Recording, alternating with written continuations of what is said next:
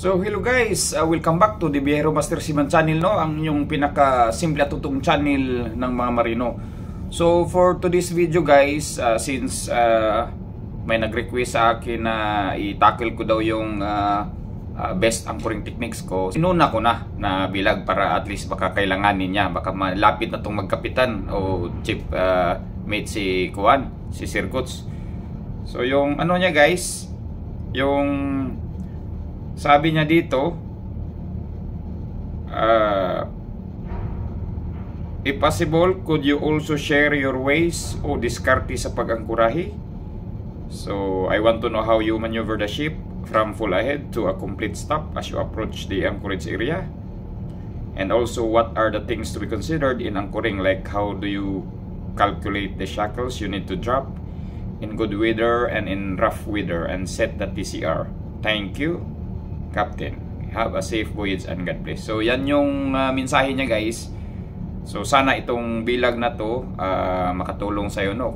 So Sir Gots, so saan ka man ngayon, sana ay nasa mabuting kaligayan ka at sa mga ano natin, mga taga-subaybay, yung mga followers ko na at least na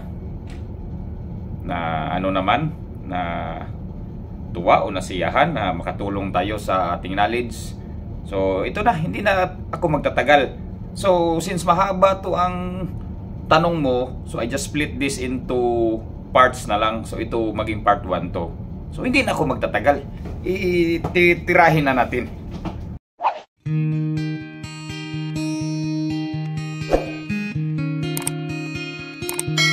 Best anchoring techniques ng The Biyahero Master Seaman channel, no? So una sa lahat, so di ba kung official ka, so itong anchoring plan talaga, itong anchoring plan, ano na to this is part of passage planning na to. Mayroon kang ano dyan part sa passage planning na kailangan mong matisin kaso na mag-angkla ang barko, nandyan na yan. Kaso yung mga officers lang talaga hindi nila pinapansin to, pipirma, normal, pipirma lang sa passage planning. Pero yung second mate nito, kabisado dahil siya man mag-input nitong mga ano, yung mga meron bang anchorage areas, mga ganyan, anong position, ganyan ba. So una, yun. So ano mo muna yung passage planning talaga, kung sa proper ka passage planning, check mo talaga yung anchoring plan doon sa passage planning before arrival. Tapos aside yan na ano na sa passage planning ng anchoring plan, bali ang gagawin mo sa arrival port nyo, i-familiarize mo na yung ano, yung mga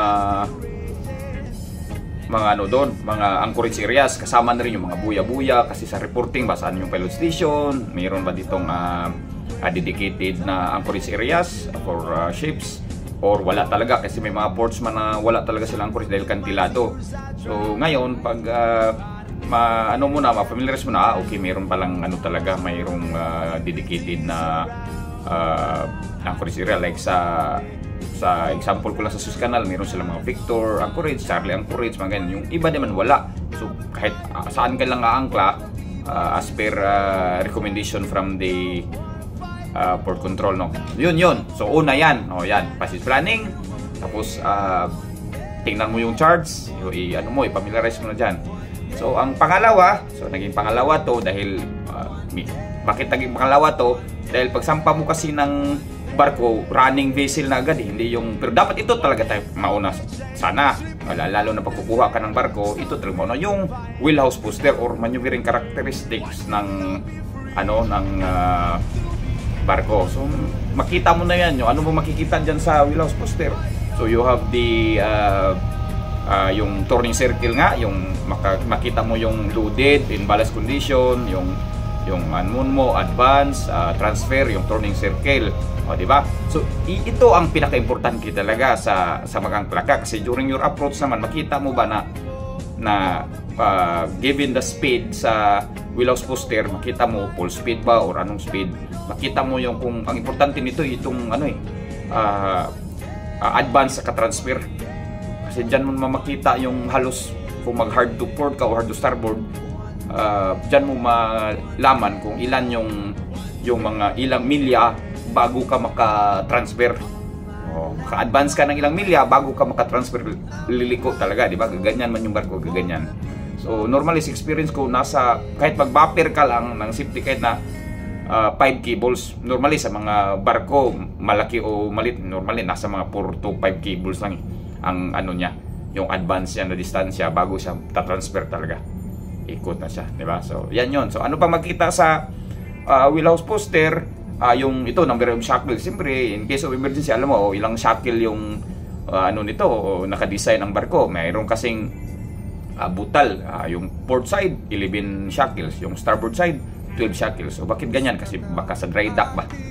Tinanggal yung isang shackle, tapos, ano na lang. Or design talaga siya na ganyan. Sa pabor, 11 shackles. Starboard side, 12 shackles, and vice versa. So, yun yun. Pangalawa.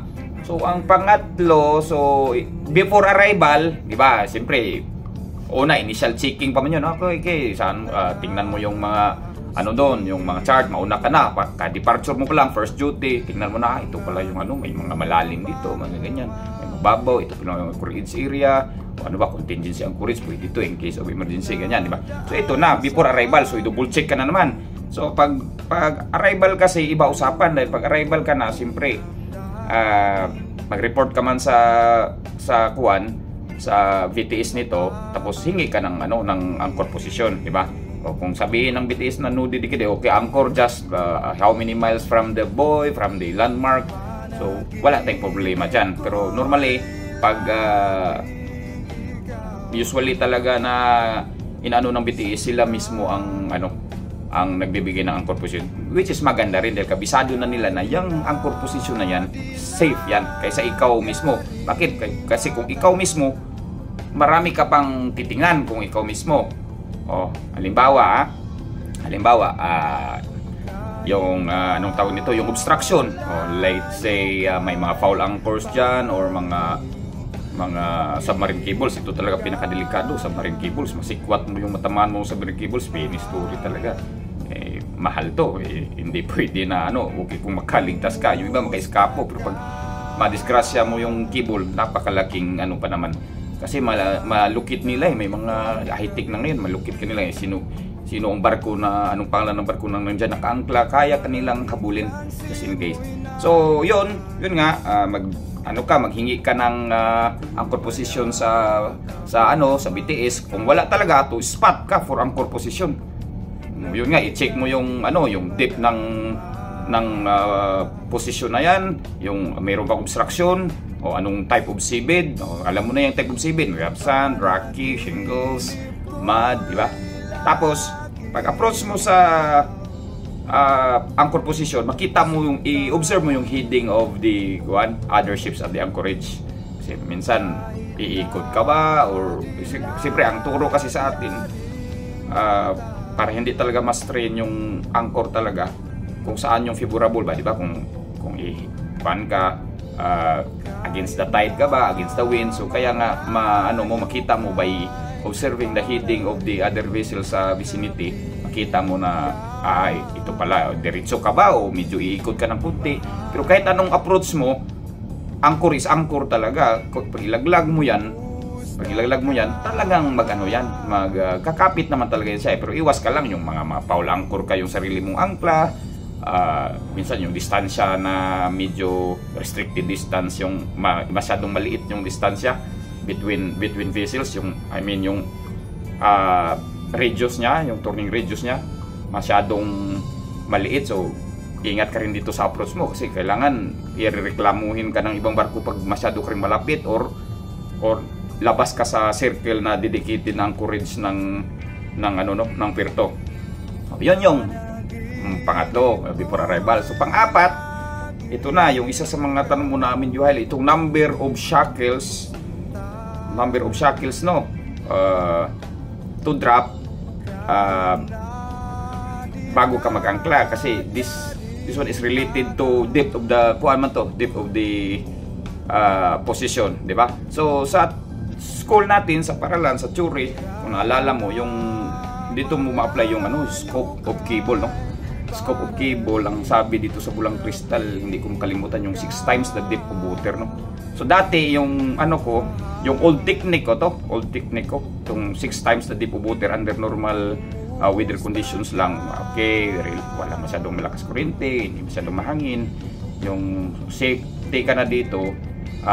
Yun nga, scope of 6, yung pag ano ko nito, pag compute ko nito, balik ko, let's say for example 25 yung depth ng posisyon mo na angkorahan.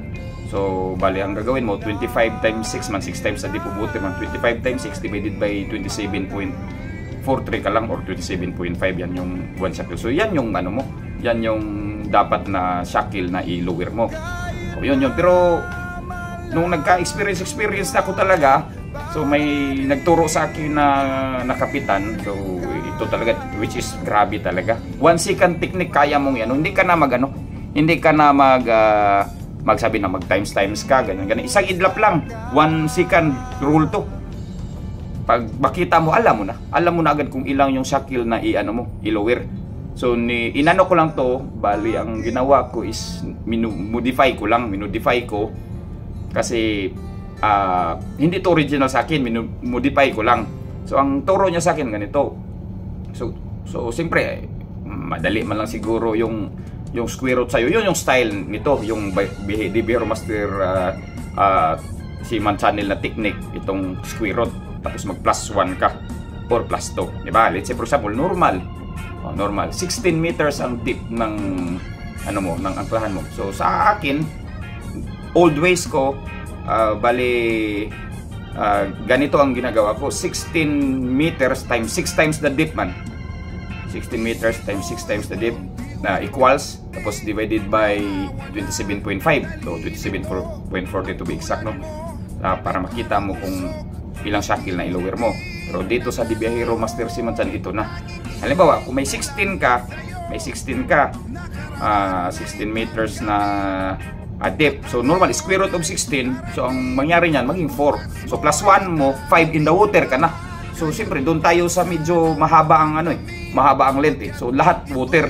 So ikaw na lang magtansya, mag-adjust kung house pipe ka ba or deck or water. Pero normally talaga sa akin, usually na ginagawa ko, tubig talaga. Halimbawa, yun nga, 16 meters yun. So square root of 16, 4. Plus 1 ka, so 5 shackles into the water ka. Yun yung i-lower ko. Ngayon, let's say for example 25 meters, 22, example 22, so pinakamalapit 25, doon ka na sa pinakamalapit 25. So square root of 25, so you have 5 plus 1 ka, so 6 shackles into the water.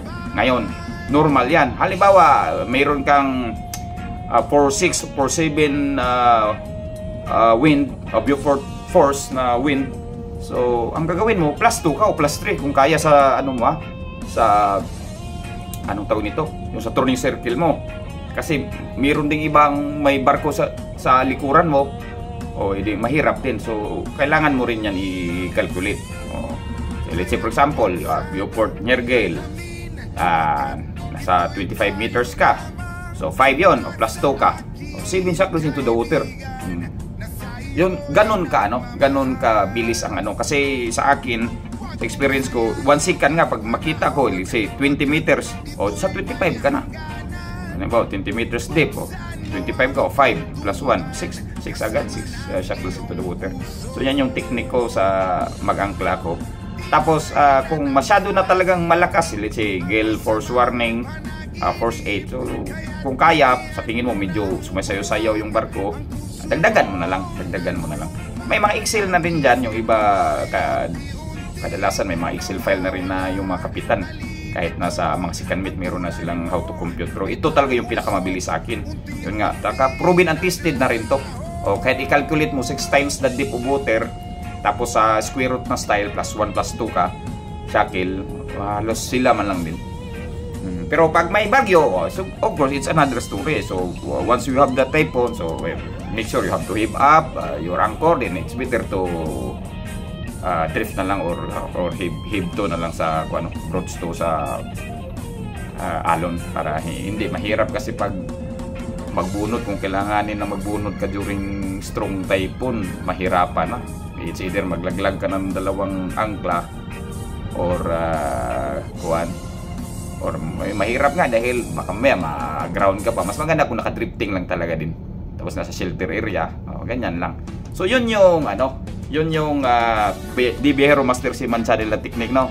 Tapos ito panglima, during approach. So during approach, anong bang technique dito during approach? So always remember yung yung distance to anchor position, yung speed ng barko. So mahirap man din na approach ka tapos masyado kang mabilis.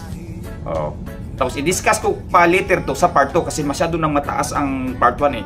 So ano pa ba yung durable, yung force over the ground mo, di ba? Kailangan mo kung masyadong malakas yung yung medyo padpad. So may leeway ka, so kailangan mo ring mag-offset ng heading. So yun yung para tumbok ka talaga sa anchor position mo.